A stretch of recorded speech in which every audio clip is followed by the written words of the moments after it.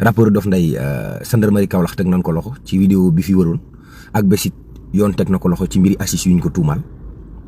am na ñu doon braqué benn boutique ca Medina Baye mbooloo mu takku songandoo leen jàpp leen duuma leen ba kenn ki ñàkk bakkanam am na ku ñu doon agressé Dakar fii ba jam ko ba mu génn àdduna violence bi ci réew mi it yéem nañu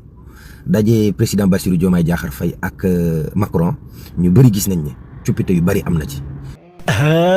yow seetal observateur moom fa xëy amal jàngat ci xale jigéen ak soxna yi nga xam ne fa ñuy feebar dem faju ji waaye ñaareel barabu fajukaay ya ñuy dem maanaam ña leen di faj fañ leen di mujj sàkku ngir tëddee leen yéene kaay bi jox kàddu ñenn ñoo xam ne loolu fa leen a dal fa ñoo dem seen docteur yi di def ak ñoom yëfu saay-saay nobanteeg ñoom ak santaas ak yeneen yi ni mel te li ni mel baaxut nga yëg nga ñàkk yëg. xale bu jigéen bi moom daal li ko jaaxaret moom moo di fukki at ak juróom-ñeent dong la am mësta sikk ak góor waaye nag moom daal di waxtaan ak suñu mbokk taskatu xabaar yi daal li mu xam ne ret moom moo di dafa demoon ci ab piscine di sangu ànd ak ay xaritam waaye nag ki sangu boobee sax la daal di ni ko daal dafa daal di jël ëmb moom sax waral mu daal di posté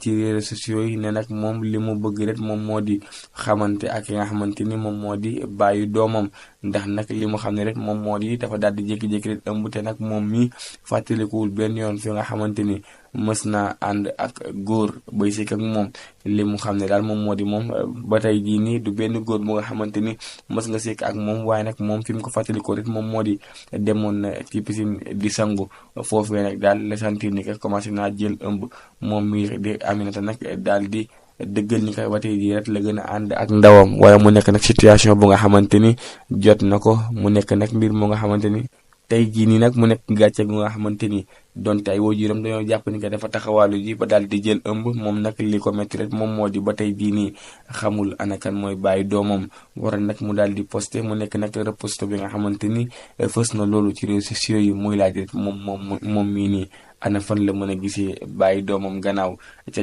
foo bi nga xamante ni daal ñëwoon na ko ci ab piscine ñibbi daal di fay jëlee ëmb bu nga xamante ni jamono bi moom moo commencé yàq lii di àddunaam.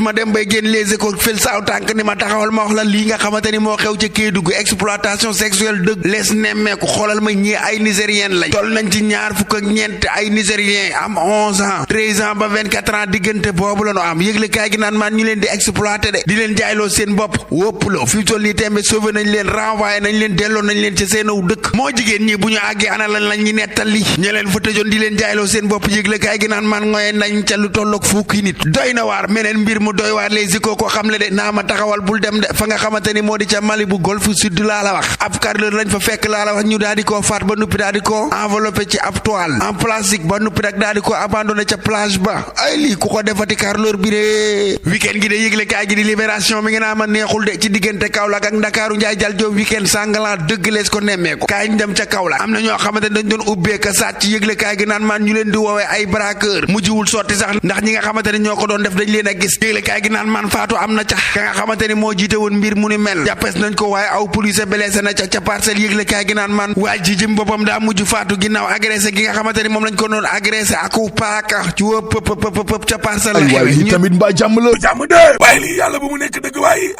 corona ka day dellu si na maar day taali dama ne la restez chez vous ubil bés bi la jour dañu nag wàllum covid googe daal dinañ koy dëggal de ne dellu si na de dama ne la téeméer boo jël kon ci suñu ujaaj gi la jóge Màkka ñaar fukki jàpp kon juróom benn fukk 20 jàpp 60% waaw ca pèlerin yooye corona ba daree na dal allahu akbar le quotidien yéene kaa ne dama ne dellu si Màkka googe waaw covid 19 ba day daal dinay dugg nag ci bagaasu ñi nga xam ne ñoom ñooy ujaaj ya pèlerin waaw yéneel wal fajri dañu ne corona googe doole sax la dellu see bi yoon de maar day taali ay cas yu positif yoo xam ne day dañ koo détecté ci ñi nga xam ne kon ñoom ñoo jógee Màkka googe Charles Bernard Sagna médecin chef du service contrôle sanitaire ca frontière aérienne ya ca aéroport international Blaise Diagne ci la Sénégal waaw nee na jot nañu day ay résultats yu jóge ca laboratoire ba waaw nga xam ne test covid boobee la ñu fa def téeméer boo jël daal ca ujaaj ja ña nga ca diggante 20% ak 60% allahu akbar la ilaha illallah yoo xam ne nag maanaam am nañu kon coronavirus googe te Màkka la ñu ko jëlee allahu akbar bras de fer bu mat sëkk laa wax ñaali bañ naa ko fata taraj lees ne meeko ci ñi nga xamante ne ñooy defar farine ci réew mas kaw sunu gaal waa GMD Sedima ak ñañu àndal ñëpp nee ñu dañuy arrêté production farine gi yeewoo ci réew askan sunu gaal gi le ay ñun fu ñu jëm bu fariñ amul ana naka la jur du amee bi nag kenn du ko xalaat ci réew mi fataaya complet moo ba ci burger moom kay lépp lu fariñ di def ci réew askan sunu gaal gi bu nu wattuwul fii ak benn jàpp ñaar ñetti fan laa wax fariñ bi danaan bëri ci réew mi ndax ña koy defar nee ñu duñu defar ngir nag mu daal di fiy joxe daal ay chiffres yoo xam ne yu exact la day xaw a jafe ay waay ngana lay ay waay dakkal leen ngana lay nganale màkka yi attention nganale màkka yi attention nganale màkka yi attention nganale màkka yi waa baax na sunu sa aane waaye dispositif day matukaay yi nga xam ne dañu koo jël kon ca ujaaje kon ca aéroport international Blaise Diagne waaw li RSF bu professeur Souleymane Mboup waaw dàq nañ leen kon ca aéroport ba de maara day taali waaw l'institut de recherche en santé de surveillance épidémiologique et de formation waaw ñoom ne dañoo jekki-jekki rek ñu ne génn leen aéroport la ilaha illallah liggéey bi léegi kon Institut Pasteur ci boppam kon lañ ko dénk te moo ni waa kër Souleymane Mboup yooyee waaw jëloon nañu matukaay yu mat sëkk de waaye kayit googee rek lañ leen bindal de ba léegi di lée xamuñ liggéey gi riir nee nañ leen daal dogal bi ci kaw la jógee point ay waay jile ca jamono joo xam ne nag da ngay waxtaanee kon jafe-jafe wàllum corona googee waaw jafe-jafe wàllu dund ko day am na lu dugg de mardi nguurug Sénégal Tribune yéene kaay naan ko déet ñoom meññee yi ci boppam ñoo fas yéene nag jaamaarloo ak Ousmane Sonko ndax boulanger yi ci boppam nee ñu fanweer duñ ko jaayee mburu bi tey duñ ko jaayee ëllëg les fa yéene kaay naan kon nee ñu seenu production la ñuy tàbbal géej fa yàllaahu arrêté ko l'observateur naan konte moo ne day stock bi li ñu wal ba nuppi ñetti fan dong la ca Sénégal mën a jëfandiku les fa naan kon terewul altinek tey jii nee ñu dootuñu walati ndax nee ñu 4000 francs yi ñu leen wàññil kenn financé wu ko te koon wàññi gi nga xam ne dañuy wax ne wàññi nañ ko ci saagu farine bi wàññi ko it ci mburu mi dafa mel ni ñoom mëñee ci boppam ñoom ñooy financé wàññi googee te mënta nekk nanguwuñ ko Moussa Mbaye opérateur économique ci Tribune yéene kaay naan leneen a ngi gouvernement gi ci boppam 200 juróom fukk yokku na ko nag ci njëgug dawlin gi defar farine yi maanaam ay FKS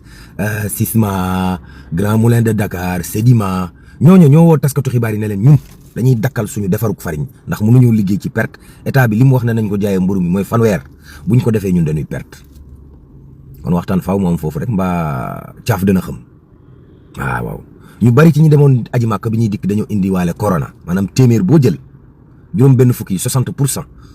daanaka bu ñuy yegsi rek dañoo indaale jàngoro jooju ñu naan coronavirus waaye moom lu nu miin a faj la mu fi mu ne nii moom Sénégal waaw kay ajaratu Mimi Touré yaay tata Mimi nee na président Macky Sall ci diir bi mu yoree Sénégal lu war a tolloog juróom benn fukki bakkan 60 morts yi fi am waruñ ko bàyyi noonu mu dem ñu gracier ko dafa yomb dañ ko war a poursuivre topp ko tànc ko tëj ko lii gis-gisam Amadou Ba Cheikh Fallou gi ba tey tànk bi talliwut bankuwut kenn xamul ndax daa bëgg a jiite APR wala dafa bëgg a ber daaray boppam nekk chef de l'opposition dara daal leeragu ci li wér te wër mooy waa député APR Benno Bokk Yaakaar yi ñoom ñu nga foofu ne rëjj ci assemblée nationale di nekk Ousmane Sonko te naan Ousmane Sonko wiiri jaari ndaari dina ñëw fii ci assemblée nu ngi koy xaar. Voilà ce qu'elle est de dire en lisant Tribune quotidienne ce matin. À la une du journal du groupe des médias, il est écrit l'État impose son prix. Le pain à 150 francs CFA. Les boulangers, les boulangers refusent catégoriquement. Aussi, les meuniers, les meuniers engagent le bras de fer avec Sonko. Informe en tout cas Tribune quotidienne ce matin. L'autre journal qui s'intéresse à cette actualité, c'est l'Info quotidien. Le quotidien L'Info, en tout cas de révéler, arrête de la production, après la baisse du prix de la farine. Les meuniers défient l'État et en l'État. Retenons en tout cas le titre de Réumi quotidien, à savoir le mal est dans la farine. Évitez d'enfariner qui que ce soit ou quoi que ce soit. Voilà ce que semble faire l'Observateur ce matin. Le journal du groupe Futur Média, en tout cas de noter retrait des meuniers suite à la baisse du prix. L'État a du pain sur la planche. Bon, plancher sur le sujet, c'est ce que fait en tout cas l'Observateur d'où l'intérêt pour le journal de renseigner que les meuniers annoncent l'arrêt provisoire de la production. Waouh. Bon, le stock des boulangers ne pourrait pas, alors là, pas du tout tenir 3 jours. Précise également l'Observateur ce matin. En appel à la une ce matin du quotidien, le quotidien, il s'agit également des meuniers totalement, pour ne pas dire complètement, et voire carrément opposés à la baisse. Et sur ce point bien précis, ici, retenons tout simplement et tout bonnement, d'après le quotidien, que l'État a du pain sur la planche en attendant la suite de cette actualité. ci beneen mbir mu nga xamante ni xew na foofee ca diwaanu Yëmbal nga xam ni nag ab xale bu jigéen bu nga xamante ni daal moom dafa daal di bàyyi borom këram ànd ak doomam bi nga xamante ni caatam la ngir dem nag ci ab fajkat moom nag fajkat boobee nag mel ni ko nga xamante ni daal daf ko daal di liggéey ba mu tàkkalikoo ak sagom waral nag mu des ci kër fajkat boobee ne ba koo koy sax fajkat bi daal di yegg ci kawam daal di koy violer ay yoon yu bëree bëri mbir mi nag daal di àgg rek ci nopp ka nga xamante ni moom moo di borom këru xale bu jigéen boobee waral sax moom mi di borom këram ñëwoon det naroon nag jëlal par kii di soxnaam ngir daal fagagal fajkat boobee mbir mi nag nekk ay jàppante yu nga xamante ni ca loxoy police la mujjee gannaaw enquête yooyee nag moom mi di fajkat bi sax daal di avoué ni que moom moo daal di tàggali ko soxna soosu ak xelam ngir daal mu xëttal ko ci boppam lu ci mënti am daal moom mi nga xamante ni moom mu ngi di fajkat bi daal di avoué mbir yooyu yëpp nag daal di nañ koy déféré yóbbu ko ci tribunal waaye itam daal di koy placé sous mandat de dépôt.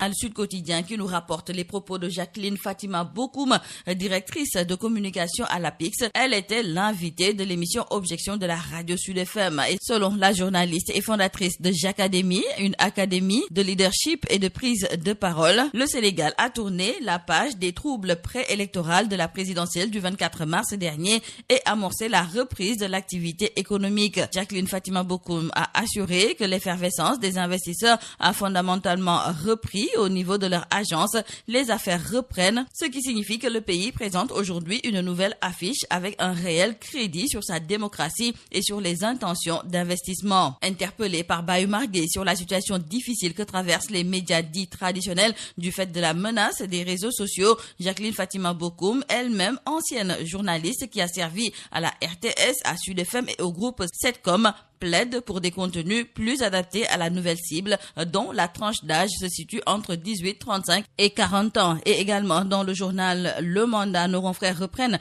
les propos de la fondatrice de Jacadémie qui esquisse des pistes de solutions susceptibles de permettre aux médias de remonter la pente. Elle pense que les médias traditionnels doivent reséduire la cible en termes de contenu et selon elle, on y arrivera si on arrive à les intéresser à des programmes qui leur parlent et surtout des programmes qui donnent des solutions. On a cette capacité au Sénégal d'être dans la civilisation du constat, mais très rarement dans la force de proposition. Après, les gens nous écoutent 2-3 fois et après ils s'épuisent, conclut-elle. ci li nga xam te moom moo di ajug Màkka atum 2024 mu ne nag ñi nga xam te ñoom ñoo di ujaaji tàmbali nañu dellu si waat fii ci Ndakaaru waaye nag la nga xam te moom lañ ci nemmeeku daal mooy wopp gi di Covid-19 dañu ko ëndaale fi nga xam te moom moo di ci Sénégal ndax nag boo jëlee ñi nga xam te ni demoon nañ ca Màkkatal Mukarrama vol boo ci jël téeméer bu nekk ñaar fukki ëndaale nañ coronavirus am na ci yoo xamante ne nag téeméer boo ci jël sax juróom benn fukki ñoo ëndaale feebar bi nga xam te ni moom moo di coronavirus loole nag tax na ba ñi nga xam te ñoom ñoo di kilifa yi jël nañ seeni matuwaay ngir fexe nag ba wopp gi du tasaaroo ci biir réewum Sénégal jëwriñ ji yor lu jëm ci wàllum wér-gi-yaram gi ci biir Sénégal di ministre de la santé nag moom mu ngay dalal xelu askan bi nee na nag li nga xam te ni daal moom mooy ñeel mbir moomul daal la ñu nemmeeku daal mooy am na ci ujaaj yoo xamante ni ëndaale nañ wopp gi waaye nag warul tax askan bi nekk ci njàqare ak tiitaange ndax danañu def seen kéem kàttan ba mbir moomu leen du tasaaroo ci biir réewum Sénégal lim ba nag mënagu caa dikk fi mu toll nii bu ñu paree ci liggéey bi dana daal di def communiqué wax askanu Sénégal ana fan lañ ci toll waaye tamit la nga xam te wax na ko daal mooy am na ci ñenn nit ñoo xam te ni faatu nañ ca Màkka te lii di wopp gi di coronavirus moom moo ko waral Vox Populi tamit dikkaat ci li nga xam te mu di nganale Màkka yi mu ne nag boo moytul lu ni mel daal mën na jur tasaarook feebar gi nga xam te moom moo di coronavirus te lu ñu war a mën a moytu la ci biir journal bi léegi ki nga xam te ni moom moo di professeur Seydi mu nga cee xam ne rek ni il faut cultiver les valeurs humaines et l'éthique chez nos enfants professeur Seydi yëkkati yooyu lay kàddu ci biir journal bi waaye naa leen fa kontaane leen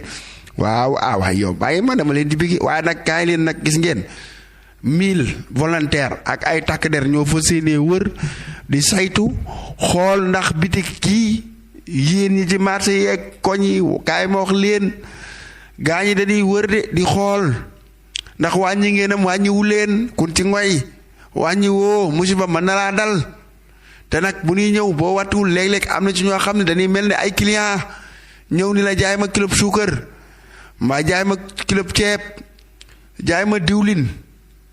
mbaa jaay ma mburu bàyyi leen ci xel baax na ni ki tey ngeen war a commencer wàññi gi tey jii tey la altine waa baax nag ku ci wàññiwul banu mooy la baax man daa xam nga samay booy ngeen samay xarit ngeen te contrôle bi day saf-sàpp 1000 xam nga ni 1000 jeunes fu nu dugg ak i takk der baax na wattu leen ñu siivulu rek laa yow mi ngoogu waaye yéen nag waaye yéen nag xam nga nag aj Màkka moom kontaan nañ ci macha allah sérité bi daal lañu kontaanut sérité bi nu indil di Covid 19 coronavirus ku ne xam na li ci ne waaye mesure barrière yi ci yaate man de yàlla buñ ko fi neeti askan wi moo Sénégal yàlla buñ waxate ay confinement dugg 8 heures wàcc nangam ak ay tëdd 6 heures du matin 20 heures fu mu jotee l'heure c'est l'heure après l'heure ce n'est plus l'heure rek yooyu di ko obligé nit ñeeg yooyu man daal yooyu dong laa ci ragal takk masque beeg nga war a sëqat di tiit bala ngaa sëqat di ko bolokeek yooyu daal wax dëgg man daal wax dëgg daal mi ngi noonu daal kay moom kay mi ngoog rek bii siri ca daal moom mi ngoogu daal waaw limal yaa ko diggee limal mbokk yi commentaire ñu jox leen dig daje kon bu suba ak jàmm ak salaam yàlla na ko yàlla def ci réew askan sunu gaal ñu jaajëfal leen bu baax a baax jox leen seen wàcc waaye di leen jox dig daje jërë ngeen jëf. salaamaaleykum sama gars j'espère que vous allez bien. dikkati naa. dalee na jàmm. lu yëglekaay bi xëyee tey ma daal di leen koy yër. Sénégal, bonjour. Chers jeunes de Enquête 221 dal leen jàmm ci li gën a fës ci yëglekaay yi. Mesdames et messieurs, bonjour. ñuy naa ñëpp fii laay tàmbali génn ci seen revue de presse teel sa kaas kofe nga guux bala ngay naan bay si mu leex mox la li xew ci réew askanu sunu gaal gi jërë ngeen jëw halaan bikum mais da ngay seet loolu rek mbaa yéen a nga ca seet ay nag yàlla baax na ñu yendoog jàmm bu suba ak jàmm incha allah yendoog jàmm. C'est tout à vos journaux et très bonne lecture. Mais la ci dong de ci Allah fu ñu jëbati bon que Dieu préserve le Sénégal. ak lu mën a mbokk yi ñu ñaan jàmm te yendoog jàmm. tey lii loolu moom doy na waar di waaye lu mu doy waar buñ fàtte mukk ne suul gaz du ko teree xeeñ dawi taxulaa rëcc parce que Diomaye Sonko te Sonkoy Diomaye boo paree ma ne la alaaji si laatit bu baaxee rek ba sama clavier ñu dem ba suba ak jàmm ak salaam yéen a ngi doon déglu seen revue de presse wolof ak Fall Damel jàkkin ci te ñu yendoog jàmm ba ëllëg incha allah.